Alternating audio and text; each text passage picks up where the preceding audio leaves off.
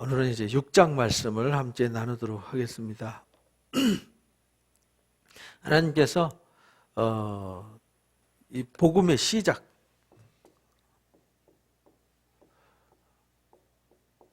이 복음의 시작이 곧 하나님의 역사의 이제 시작이거든요.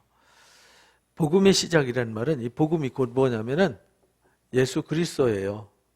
예수님이 복음이고 예수님이 곧 뭐냐면 하나님의 나라입니다. 하나님의 나라라는 말은 스페이스나 랜드 개념이 아니고요. 통치의 개념입니다. 다스림. 하나님이 다스리고 관할하시는 세계가 하나님의 나라예요. 그 말은 예수님이 곧 하나님의 나라예요. 그래서 내 안에 주님이 계신다는 말은 하나님의 나라가 임했다는 거죠. 이미 하나님의 나라가 시작된 거예요. 그래서 하나님의 나라는 지금부터 영원한 거죠. 그래서 예수님을 믿는다는 것, 복음을 믿는다는 것은 그 놀라운 비밀이 담겨져 있는 것이죠. 그래서 예수님이 이 땅에 복음으로 오셨어요. 기쁜 소식이잖아요. 가스펠, 요한겔론이라는 헬라 말이 기쁜 소식이에요. 희망의 소식이죠. 인간에게 희망은 뭐냐면 생명이에요. 새 생명. 인간에게 새 생명을 주러 오셨어요. 예수님이 그래서 이 땅에 뭐로 오셨냐면 생명의 빛으로 오신 거죠. 생명의 빛. 무슨 말이냐면 모든 사람들이 첫 아담 아래에서 태어나가지고 곧 모든 사람들이 죄 아래에서 태어나서 죄의 결과는 사망에 이르는 거거든요. 허무에 굴복하는 거예요. 그래서 모든 사람들이 다 죽어요. 지금까지 죽어왔잖아요. 사람들이 죽어가는 거죠. 그래서 태어나면서부터 죽음을 향해서 달려가는 것이 인생이에요. 그래서 살면서 사람들이 죽음을 생각하면서 고민하죠. 죽음이 뭐지? 그럼 내가 산다는 게 뭐지? 내가 이렇게 살아서 어떤 결과를 얻는 거지? 그래서 이 세상에서 뭐 부자로 살면 뭐하고, 뭐 잘생기면 뭐하고, 많이 가졌으면 뭐하고, 높은 지위에 있으면 뭐하냐. 다 지나가면 아무것도 아니잖아요. 지금도 시간이 막 멈추지 않고 지나가고 있잖아요. 끊임없이 과거를 만들어내고 현실을 살아가지만 현실은 존재하지 않고 새로운 미래를 향해서 계속 달려가고 있는 거거든요. 근데 어딜 향해서 달려가고 있냐? 마지막을 향해서 달려가는 거죠. 종점. 사람은 태어나면서부터 종점을 향해서 전력 질주를 하는 거거든요. 잠시 쉬지 않고. 근데 거기가 어디냐? 사망이라는 겁니다. 허무라는 거죠. 근데 사망과 허무로 끝나는 것이 아니라 심판이 있다라는 거죠. 그런데 예수님이 그것 때문에 오신 거예요. 하나님이 그것 때문에 이 땅에 직접 오셔서 말씀으로 희망을 주신 거예요. 그래서 성경이 곧 뭐냐? 복음이에요. 그래서 이 땅에 하나님께서 언약 백성 아브라함의 자손들을 택하셔서 이 땅에 생명의 희망을 주러 오신 것이죠. 그런데 그 생명의 희망을 누가 와서 정점을 찍었냐면 예수 그리스도가 오셔서 십자가에서 죽으심으로 모든 사람들의 생명의 값을 다 지불한 거예요. 사망의 값을 다 지불했어요. 그래서 예수를 믿으면 사망의 값을 지불하니까 사망이 없어진 거예요. 그래서 죄와 사망이라는 굴레로부터 벗어났어요. 허무로부터 벗어났어요. 그래서 값을 주고 사서 이제 우리가 하나님의 자녀가 되는 권세, 그게 하나님의 자녀가 얻는 권세가 새 생명이에요. 이거는 하나님의 자녀들한테만 주어지는 특권이고 선물이에요. 그런데 하나님은 모든 사람들이 다 구원받고 생명에 이르기를 원하세요. 그런데 사람들이 원하지를 않아요. 믿지를 않는 거죠. 왜냐하면 세상에 죄 아래 갇혀가지고 보아도 보지 못하고 들어도 듣지 못해요. 그래서 세상에 이거 좋다 하면 이거 쫓아오고 저거 좋다 하면 쫓아가는데 사실은 그게 뭔지도 몰라요. 사람들이 이게 길이야 라고 하는데 그 길이 어떤 길인지 아는 사람은 단 한 사람도 존재하지 않아요. 그래서 지금까지 수많은 현자들이 태어났고 수많은 철학자들이 태어나서 인생이 뭐냐고 논하지만 인생이 뭔지 답한 사람은 단 한 사람도 존재하지 않았습니다. 모두가 다 이구동성으로 말한 것이 빈손으로 왔다 빈손으로 갈 뿐 인생은 허무한 것이다.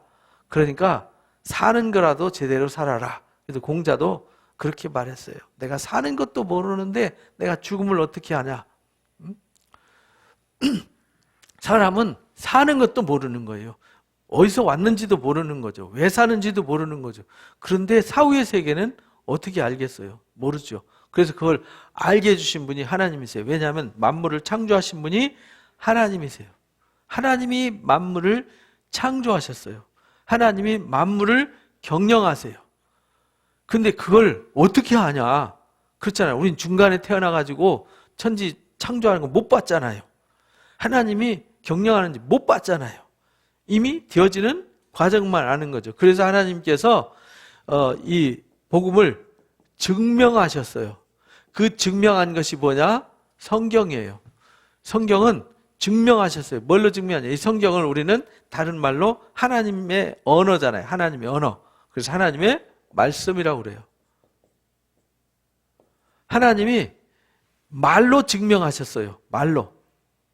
내가 너희한테 말했다. 그리고 그 말을 이루었다. 그러니까 예수님은 뭐하러 오셨냐? 말씀을 이루어 오셨어요. 그래서 십자가에서 마지막에 뭐 하셨죠? 다 이루었다라고 운명하셨죠. 다 이루셨어요. 뭘 이루셨냐? 하나님이 말씀으로 이 땅에 새 생명 주기로 죄의 값을 지불하고 사망의 값을 지불하고 우리 생명을 구원하기로 계획하셨어요. 아브라함을 부르셔서 모세를 통해서 율법을 주시고 그 율법을 통해서 예수님 오시기까지의 길을 예비하셨어요.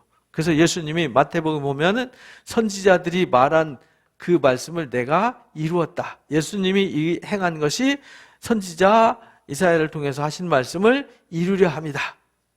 예수님이 성령으로 잉태된 것도 태어난 것도 선지자들의 말을 이루려 합니다. 예수님이 병자들을 고친 것도 이것이 이사야서 61장 말씀을 이루신 것이다. 예레미야의 말씀을 이루신 것이다. 이렇게 이제 시편의 어느 글의 말씀을 이루신 것이다. 이렇게 말씀하셨어요. 그래서 하나님이 선지자들을 부르셔서 말씀하셨잖아요. 그 말씀이 기록된 게 성경이잖아요. 그 증명한 거죠. 하나님이 말씀으로 증명하셨어요. 선지자들에게 미리 말씀하셨고 모세오경을 통해서 미리 말씀하셨어요. 요즘 우리가 새벽에 말씀드렸지만 너희가 가나안 땅에 들어가서 지켜 행할 말씀이다. 만약에 너희가 이 말씀을 지켜 행하면 이른 비와 늦은 비를 때를 따라서 주시고 너희가 하는 모든 수고에 복을 주실 거다. 그러나 너희가 말씀을 순종하지 않으면 이런 저주가 너희에게 임할 거다. 근데 그들이 진짜 하나님 말씀하신 대로 하나님의 말씀을 떠나서 저주받은 얘기가 성경 이야기예요. 하나님의 말씀을 들었으면 순종해서 복을 받아야 되잖아요. 근데 복을 안 받고 뭘 받았어요? 저주를 받았어요. 그래서 징계당하고 채찍맞고 막 파괴되고 파멸되고 멸망하는 얘기가 성경 이야기예요. 구약 성경 이야기예요. 근데 그게 하나님이 말씀을 떠나면 그럴 거라고 가르쳐 줬어요. 근데 인생들이 그렇게 불행의 길을 갔어요. 그래서 오늘날 우리한테 그걸 거울로 비춰주시는 거죠. 봐봐. 내가 말했잖아. 그리고 말한 대로 저들이 말씀을 떠나니까 이렇게 되었잖아. 라고 증명을 한 거예요. 그래서 성경은 역사의 증명사건이에요. 실제 있었던 역사 이야기를 통해서 하나님의 말씀이 옳다는 걸 증명했어요. 그리고 한번 하나님이 말씀하신 것은 반드시 이루신다. 말씀은 성취된다라는 성취됨의 증거를 주신 거예요. 그러니까 우리는 항상 어디에 귀를 기울여야 되냐면 하나님 말씀에 귀를 기울여야 돼요. 왜? 다 지나가지만 예수님이 말씀하셨잖아요. 천지는 없어질지언정 내 말은 1.1획도 땅에 떨어지지 않고 반드시 성취될 것이다. 그래서 예수님이 종말에 관한 말씀하시면서도 내가 이 말하는 거 잘 들어야 돼. 깨어서 기도해야 돼. 왜? 천지가 없어져도 내 말은 없어지지 않거든. 이렇게 가르쳐 주셨어요. 그래서 우리가 기독교의 신앙은 말씀을 가르치는 거와 듣는 거와 배우는 거와 그 말씀을 지켜 행하는 것으로 사는 것이 기독교의 본질이에요. 그래서 예수님이 뭘 오셨냐? 말씀으로 오셨어요. 그래서 예수님이 요한복음 1장 1절에 태초에 말씀이 계시니라, 이 말씀이 하나님과 함께 계셨는데 이 말씀이 곧 하나님이다, 이렇게 말씀하시잖아요. 말씀이 계셨어요. 이 말씀이 하나님과 함께 계셨어요. 이 말씀이 곧 하나님이신데 그가 태초에 하나님과 함께 계셨고 그로 말미암아 만물이 지은 바 되었어요. 그 안에 생명이 있었어요. 이 생명은 사람들의 빛이죠. 그래서 예수님이 생명인데 말씀이신데 이 땅에 빛으로 오셨어요. 말씀이신데 그분이 육신을 입고 빛으로 오셨어요. 근데 그분이 생명이세요. 그래서 그분을 영접하면 뭘 얻는 거예요? 생명을 얻는 거예요. 그래서 그 참빛이 세상에 와서 비추었는데 사람들이 그거를 알지 못해요. 그래서 자기 땅에 왔으나 영접지 않고 십자가에 못 박아 버렸어요. 그러나 영접하는 자들에게는, 그 이름을 믿는 자들에게는 하나님의 자녀가 되는 축복을 선물해 주셨어요. 이건 사람의 혈통이나 육정이나 뜻으로 난 게 아니라 하나님께로부터 하나님에 의해서 되어진 일이에요. 하나님이 말씀으로 예정하셨던 것이 이루어진 거예요. 그래서 처음부터 시작하셨고 시작하는 것을 예수님이 다 이루셨다. 그래서 구원을 완성시키신 거죠. 그래서 예수님 믿으면 다른 거 할 필요 없어요. 예수만 믿으면, 예수님이 내 안에 있으면 내가 빛 가운데 거하고 진리 가운데 거하고 생명 가운데 거하는 거예요. 그래서 예수 안에 있으면 부패하고 타락할 수 없어요. 예수 믿고 부패하고 타락하는 사람들은 아직 그 속에 예수님이 없는 것이죠. 예수님이 있는 것처럼 산 거죠. 실제는 예수님이 없었어요. 예수님이 이 안에 있는데 옛사람이 죽었는데, 그렇잖아요. 예수 믿는 옛사람이 뭐 하는 거죠? 죽는 거예요. 죽고 예수 안에서 새로 태어났어요. 새로 태어났기 때문에 다시 죽을 수 없어요. 그런 일은 존재하지 않아요. 다시 타락한다는 건 회복 불능이거든요. 그런 일은 없어요. 그러니까 저와 여러분이 예수 믿어서 거듭났고 다시 새 생명을 얻었으면 다시 타락해서 부패할 일은 없어요. 근데 부패하는 사람들은 어떤 사람들이냐? 예수님을 진짜 영접한 게 아니었어요. 가짜로 영접한 거죠. 그 속에 생명이 없었던 거예요. 애초에. 쉽게 말하면 무정란과 유정란과 같아요. 닭이 아무리 품어도 무정란은 골아서 없어질 뿐이죠. 그 유정란은 품으면 뭐가 되죠? 병아리가 됩니다. 똑같습니다. 이 세상 볼 때는 우리도 똑같이 이 달걀 저 달걀 똑같아 보이지만 우리는 뭐가 있고요? 유정란이에요. 생명이 있어요. 그러나 주님이 없는 사람들은 아무리 품어도 그냥 골아서 썩어서 없어져요. 이렇게 되는 거예요. 그래서 말씀이신 예수님이 말씀 속에 선지자들을 통해서 하나님이 미리 예정하신 대로, 그러니까 예정한 가운데 있을 때는 말씀이셨어요. 말씀이란 말은 보여지지 않는 로고스 세계를 말하는 거예요. 하나님의 지혜, 하나님의 영역 아래에 있었어요. 근데 하나님의 영역에 있다가 그 하나님의 영역을 만물 우위라고 말했어요. 왜? 만물은 하나님이 창조해서 만들어진 거니까 창조 이전에는 존재하지 않던 거잖아요, 만물은. 근데 하나님이 창조 이전에 계셨고 예수님도 창조 이전에 계셨어요. 그래서 만물 위에 계신 분이, 만물 위에 계신 그분이 말씀이셨어요. 그 말씀이신 그분이 말씀의 계획대로 이 땅에 오셨어요. 그래서 육신을 입고 오셨어요. 이제 마태복음이나 누가복음에는 성령으로 잉태되어서 나타나셨다, 이렇게 말씀하셨는데 요한복음에서는 그분이 육신을 입고 예전 가운데 오신 거다. 우리 가운데 거하심에 그 영광을 보니 아버지의 독생자의 영광이요 은혜와 진리가 충만하더라. 이렇게 해서 예수님이 오셨다는 거예요. 새 생명으로. 근데 이 사실을 알게 해야 되잖아요. 근데 예수님이 부활하셨는데도 제자들이 몰라요. 아무도 몰라요. 그래서 말씀하셨어요. 너에게 능력이 임하면. 능력이 임하면이라는 전제가 달렸어요. 그게 뭐냐면 성령이 임하면. 그래서 제자들이 성령 받았을 때 다락방에서 성령 받고 나와서 예수님이 새 생명이다. 예수님이 하나님의 나라다. 예수님이 복음이다. 예수님이 메시아다. 그리스도다. 라는 것을 증명하셨어요. 그게 이제 우리가 2장부터 5장까지 배운 거예요. 그런데 그들이 핍박하고 가로막는 사람이 있어도 목숨도 아끼지 않고 담대히 나가서 복음을 전할 수 있어요. 왜? 그만큼 이 새 생명이 위대하고 가치가 있었어요. 죽어도 다시 사는 부활이 있어요. 어차피 인생 죽는데, 그죠? 예수님을 만났으니 죽어도 아깝지 않은 거예요. 바울이 그러잖아요. 나는 지금 죽는 게 차라리 낫다. 나 개인적으로 봐선. 왜?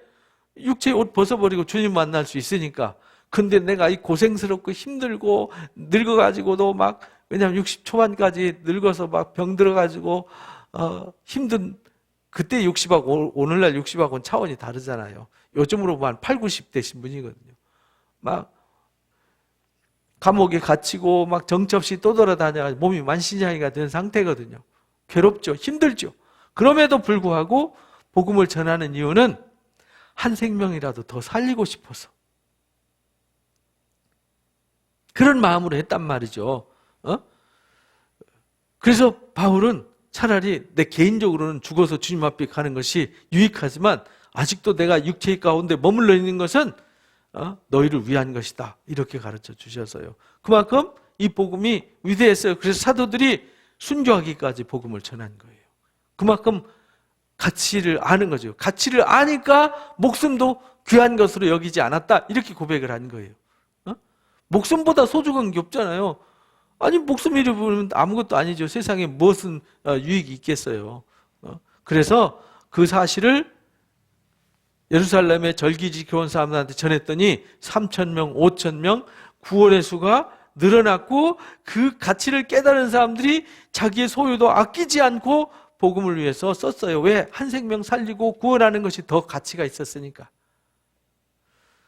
그래서 지금 5장까지 그 얘기가 있었던 거예요. 그래서 아나니아 삽비라 사건이 아주 경계가 되었죠. 하나님을 이용해 먹고 하나님의 이 놀라운 능력과 권세, 또 하나님 주시는 이 복을 자기들의 개인적인 지위와 명예로 이용하려다가 죽음에 이르는 사건이 일어났어요. 이 일로 인해 가지고 사람들이 더 하나님을 두려워하게 되고 더 하나님을 찾게 되는 사건이 일어났죠. 그래서 날마다 그들이 능력받는 것을 당연한 게 오히려 기뻐하게 여겼더라. 그러면서 날마다 성전에 있든지 집에 있든지 예수님은 그리스도라고 가르치고 전도하기를 그치지 않았더라. 왜? 예수님을 만나지 않으면 생명을 얻지 못하니까. 예수님 만나는 것보다 가치 있고 위대한 것은 없으니까 이것을 강조를 했어요. 그래서 6장에 넘어와서 그때에 제자가 더 많아졌어요. 제자가 더 많아졌다는 얘기는 그 당시에는 예수 믿고 예수님을 따르기로 결정한 사람들은 다 예수님의 제자였어요. 그래서 이때부터 이제 예수님의 제자와 사도를 구분했어요. 사도는 예수님과 3년 반 동안 같이 돌아다니시면서 예수님이 하시는 일을 보고 경험하고 배우고 예수님이 십자가 사건을 목격하고 부활을 목격하고 성령 받아서 능력이 옷 입혀진 사람들, 이 사람들은 사도라고 구분했어요. 아포스톨로스라고 보내심을 받았다. 이렇게 구분했어요. 이 땅에 예수님을 대신 전하기 위해서 예수님을 분신이 돼서 그래서 제자들을 영접하면은 사도들을 영접하면 그 주님을 영접한 거다. 이런 권세를 줘서 파송을 했어요. 그래서 전했더니 예루살렘의 제자들 수가 더 많아졌어요. 많다 보니까 예루살렘에 사람들이 모여들잖아요. 밀려들어요. 그때 헬라파 유대인들이 있었어요. 헬라파 유대인이란 말은 당시에 유대인 그리스도인들이 전 세계에 흩어져 있었어요. 지중해 연안에 아프리카에 또는 그리스 마케도니아에 또 로마의 전역에 그다음에 뭐 엘람, 메데, 바데, 메소포타미아 지역에 또 아시아 지역에 다 흩어져 있었어요. 그 흩어져 있던 사람들이 헬라 문화권에서 살았기 때문에 헬라파 유대인 이렇게 말했어요. 근데 자기들의 과부들이 그때 당시에는 전쟁에 나가면 남자들이 다 죽었어요. 고대 시대의 전쟁 이야기 보면 뭐 3만 명 죽었네, 5만 명 죽었네, 20만 명 죽었네, 50만 명 죽었네 이런 얘기가 역사책에 많이 나오잖아요. 남자들이 가면 막 몇만 명, 몇천 명 죽는 건 그냥 기본이었어요. 전쟁터 나가면 어마어마하게 죽었어요. 그럼 남자들이 죽으니까 집에 누구만 남아요? 여자들만 남잖아요. 그래서 이들이 약자였어요. 사회적 약자. 그래서 구약성경이나 신약성경이 계속 고아나 과부들을 이렇게 섬겨야 된다고 강조한 이유는 그들이 구제에 빠지기 때문에 그랬어요. 왜냐하면 그 당시에는 사회가 여자들이 사회에 나가서 사회 진출하던 시대가 아니고 집에서 살림만 하던 시대거든요. 그래서 여자들이 밖에 나가면 할 수 있는 게 없었어요. 그러니까 항상 위기를 겪을 수밖에. 우리나라도 그랬죠. 우리나라도 70년대까지 여자는 집에서 밥하고 빨래만 하고 살림만 했잖아요. 아이들 키우고. 밖에 나가서 직장 생활한다는 건 상상도 못했고 80년대 여성들이 취직해가지고도 아이 가지면은 회사에서 쫓겨났어요. 그게 뭐 최근 우리 근현대까지도 그게 있었던 일이잖아요. 그래서 이들이 매일 구제에 빠진다는 얘기는 매일 밥 세끼 걱정하고 살아야 됐어요. 예수 믿는데 당장 오늘 밥 세끼를 먹어야 되잖아요. 왜냐하면 헬라파 유대인들은 멀리 해외에서 왔어요. 쉽게 오늘날로 말하면 이 서울에 미국에서 오고 중국에서 오고 아프리카에서 오고 중남미에서 오고 러시아에서 왔어요. 근데 왔는데 3대, 4대, 5대 후에 왔으니까 여기에 친척도 없고 아무도 없잖아요. 그러니까 와서 당장 예수 믿고 정말 은혜 받고 좋아서 주여 여기가 좋사냐고 머물렀는데 당장 생활의 문제가 생겼잖아요. 생활의 문제. 먹고 사는 문제가 생겼어요. 그러다 보니까 누구를 원망하냐면 히브리파 사람을 원망했어요. 히브리파 사람은 본토 유대인을 말해요. 그러니까 본토에서 예수 믿는 그리스도인이 있고 해외에서 절기 지키러 왔다가 예수 믿는 사람들이 있어요.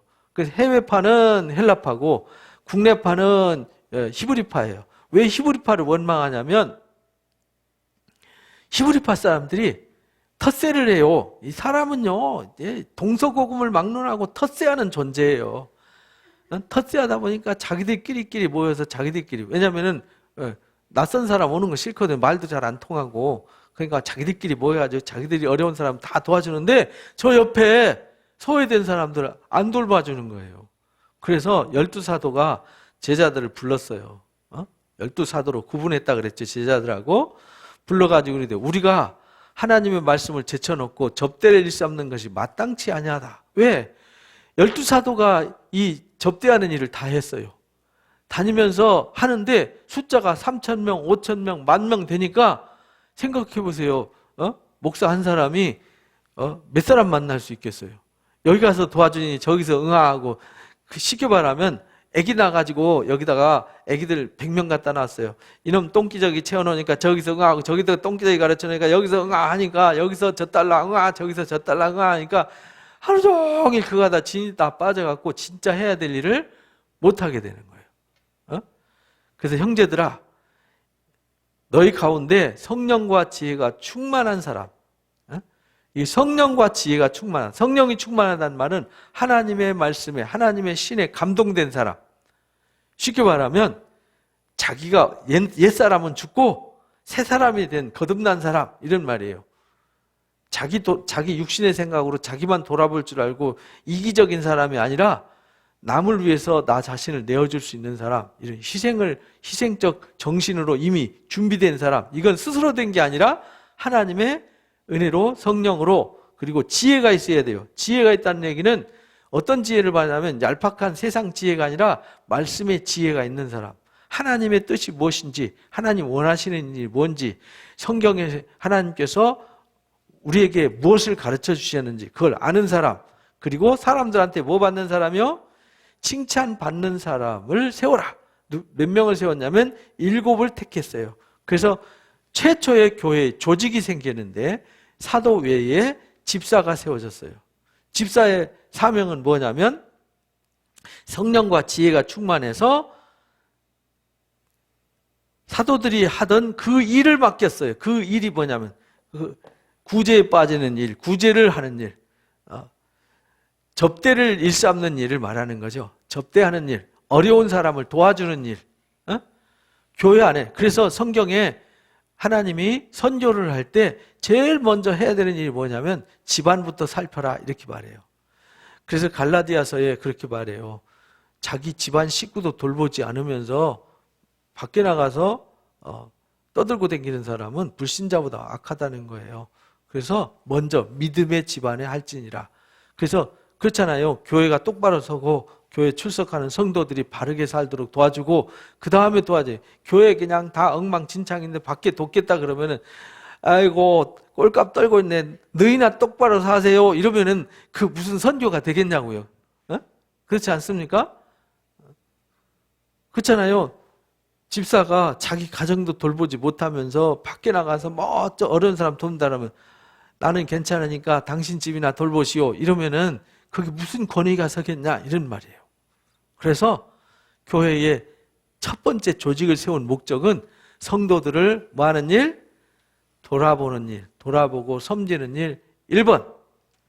그 다음에 성도들이 바로 서서 건강해지면 담 넘어도 살펴보고 멀리도 살펴봐서 복음을 전하고 어려운 사람들을 도와라. 이렇게 가르쳐 주신 거예요.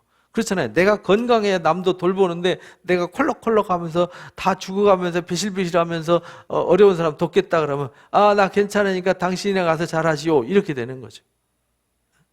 그래서 성령과 지혜가 충만한 사람 그리고 칭찬받는 사람을 세웠어요. 왜? 성령과 지혜가 없는 사람은요. 성령이 없는 사람 자기 힘으로 하니까 금방 지쳐버려요. 하다가 짜증나면은 일하다가 싸워요. 아니 돕고 섬겨야 되는데 가서 일하다가 멱살 잡고 싸우면은 일한 거예요? 일을 만든 거예요? 일 만드는 사람이 되면 일 만드는 사람이 일을 하면 안 돼요. 일을 해결해 줄 수 있는 능력이 있는 사람이 돼야 되는 거죠. 그리고 하나님의 뜻을 알아야 바르게 할 수 있잖아요. 바르게, 정의롭게, 공의롭게. 그래서 자기 감정으로 일하다가 지쳐가 나가 떨어지고 나중에 하나님 원망하고 내가 교회 가서 봉사 이렇게 했는데 내가 이렇게 죽을 뻔했고 살 뻔했고 막 이러면은 이게 오히려 하나님 영광을 가리는 거잖아요. 그럼 하나님 원하시는 일이 뭔지도 모르고 지 생각대로 지 고집대로 하면은 이거는 조직을 망가뜨리고 본인도 망가지게 되는 것이죠. 그래서 지혜가 충만해야 돼요. 충만하다는 말 차고 넘쳐서 그 다음에 칭찬받아야 돼요. 사람들한테 인정도 못 받는 사람이 나가서 그 일을 하면 조롱거리가 되는 거죠. 그래서 칭찬받는 일곱을 세워서 구제하는 일을 맡겼어요. 그리고 우리는 사도들은 오로지 뭐하는 일? 기도하는 일과 무슨 일? 말씀 사역에 힘쓰리라. 그래서 교회 목사가 하는 일은 그래서요 말씀을 가르치는 일, 기도하는 일에 전심전력을 다해야 돼요. 목사가 말씀 가르치고 기도하는 일을 안 하고 막 남 도와준다고 쫓아다니다 보면 기도하지 않았으니 육성이 살아나고 말씀을 묵상하지 않고 연구하지 않으니 속에 들은 게 없고 그러니까 나눠줄 게 없잖아요. 가르칠 게 없잖아요. 그렇게 되면 조직이 다 무너져 버리는 거예요. 그래서 이 목사가 해야 될 일과 집사가 해야 될 일을 구분한 거예요. 그래서 교회 조직이 생긴 거는 목사는 열심히 성경을 가르치고 성도들을 바르게 가르쳐서 바르게 살게 하고 건강하게 살도록 도와주고 세워주고 또 그들이 바르게 세워져서 가족들을 돌보고 이웃을 돌보고 섬기도록 한 것이 교회의 조직 생리예요. 하나님이 그렇게 세워주셨어요. 그래서 사도들은 말씀과 기도에 전무하고 나머지 구제하고 섬기는 일은 집사들이 하게 했어요. 그래서 저희 교회도 제가 할 일이고 우리 재직 임원들이 또는 모여서 같이 의논하고 섬기는 일들을 해야 되는 거죠. 그래서 소그룹을 세우고 소그룹 리더들을 세우고 이렇게 하는 것이죠. 온 무리가 이 말을 어떻게 여겼어요? 기쁘게 여겼어요. 왜냐하면 사도들한테 말씀을 듣고 싶은데 말씀 안 하고 막 돌아다니다 보니까 이게 답답하잖아요. 답도 없이 막 우왕좌왕하는 이 말 그대로 오합지졸이 돼버리니까 그래서 그래 사도들은 가르치고 그렇잖아요. 이 머리가 할 일이 있고 손이 할 일이 있고 발이 할 일이 있고 역할이 있는데 그래서 이제 조직의 역할 분담을 하게 된 거예요. 이 말을 기쁘게 여겨서 믿음과 성령이 충만한 사람들을 세웠어요. 그 중에 세운 사람들이 7 집사를 세웠는데 스데반과 빌립과 보로고로와 니가노르와 디몬과 바메나와 유대교에 입교했던 안디옥 사람 니골라를 세워요. 여기 유대교에 입교했던 안디옥 사람 니골라가 나중에 니골라 당을 만드는 또 문제 있는 사람이 되게 되죠. 그리고 사도들 앞에 이들을 세웠는데 사도들이 이들한테 안수해서 기도하고 이제 집사로 세웠어요. 그래서 이 사람들을 안수 집사, 이렇게 안수해서 세운 사람을 평생 집사로 세워요. 근데 교회가 이런 사람들만 세워서 하다 보니까 당장 더 작은 일이 있는데 작은 일들을 섬기는 일에 부족함이 있어요. 그래서 교회 조직에서 만든 것이 서리 집사 제도예요. 서리 집사는 1년직이에요. 1년에 한 번씩 이 일을 맡아서 섬겨주세요 라고 서리 집사를 세우고, 안수해서 집사를 세우면 이 사람은 평생 집사로 자기 사명을 다하게 되는 것이죠. 이제 나중에 이 집사가 또 장로도 되고 뭐 이제 권사도 되고 이렇게 만들었죠. 이제 권사는 한국 교회만 있는 제도입니다.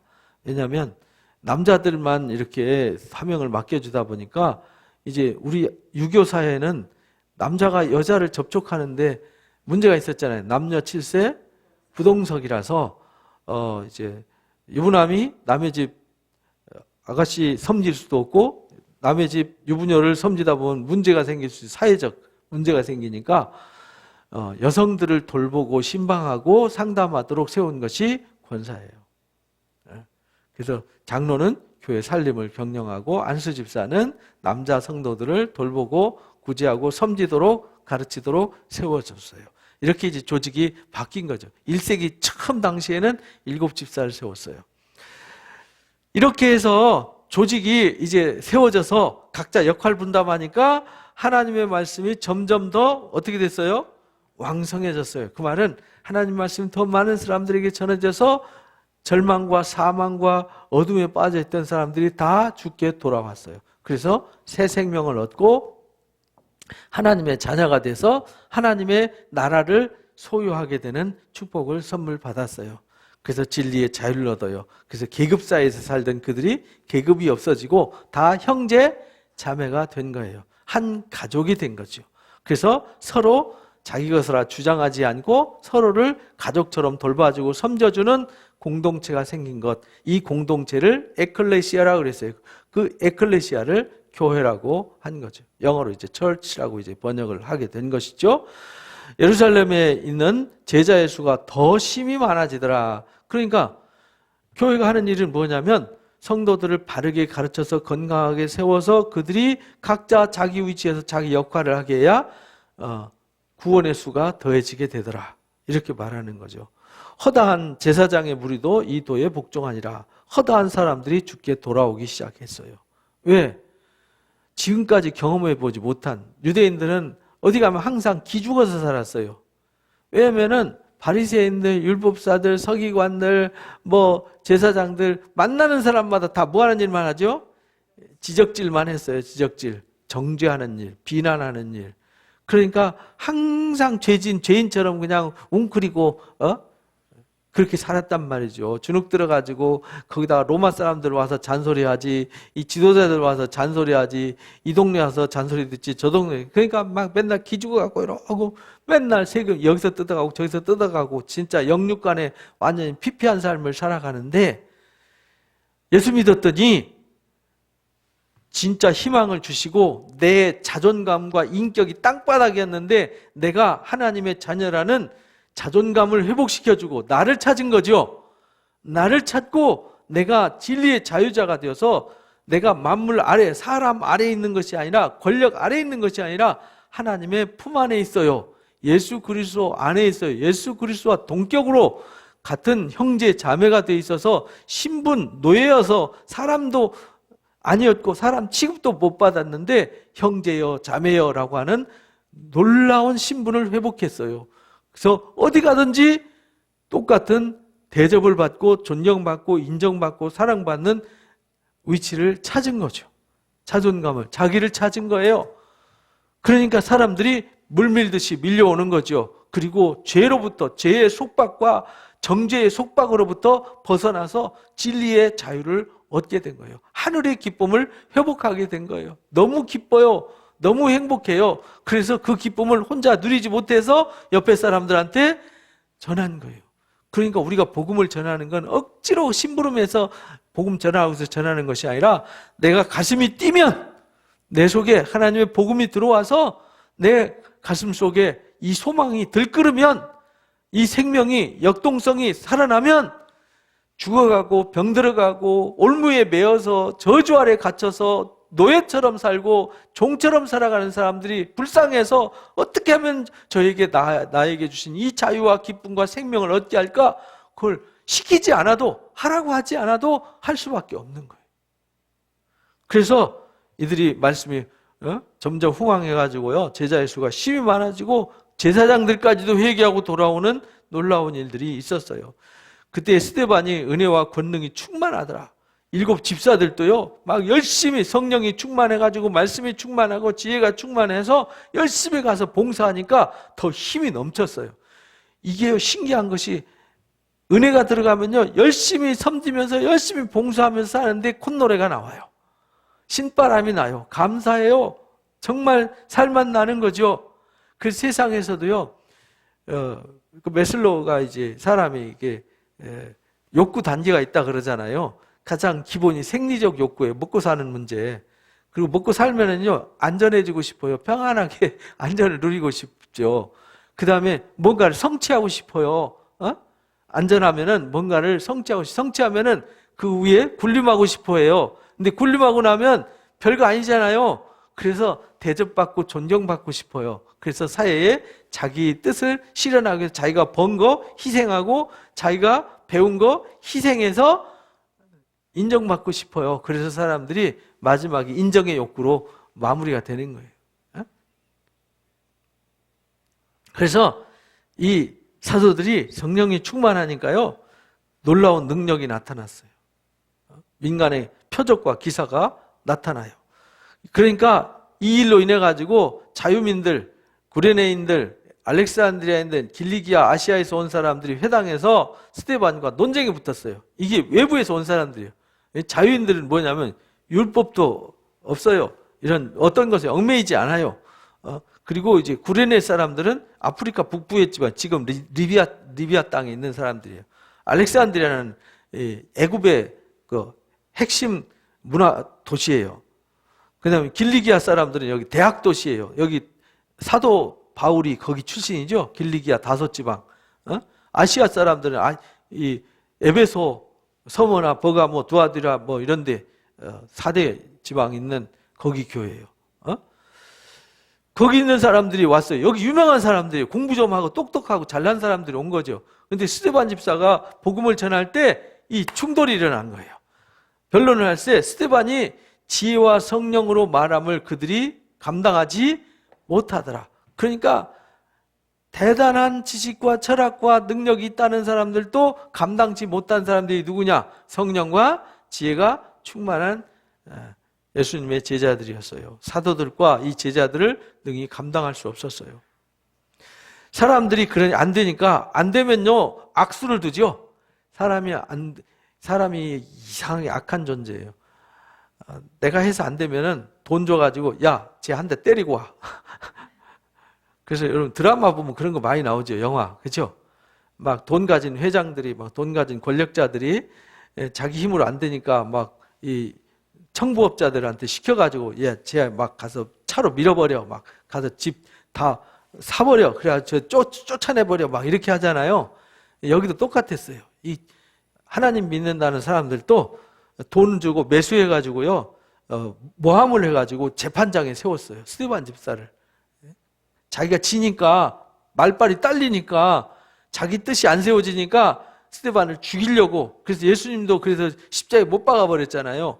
그래서 모세와 하나님은 모독하는 말을 했다고 가짜 증인들을 내세웠어요.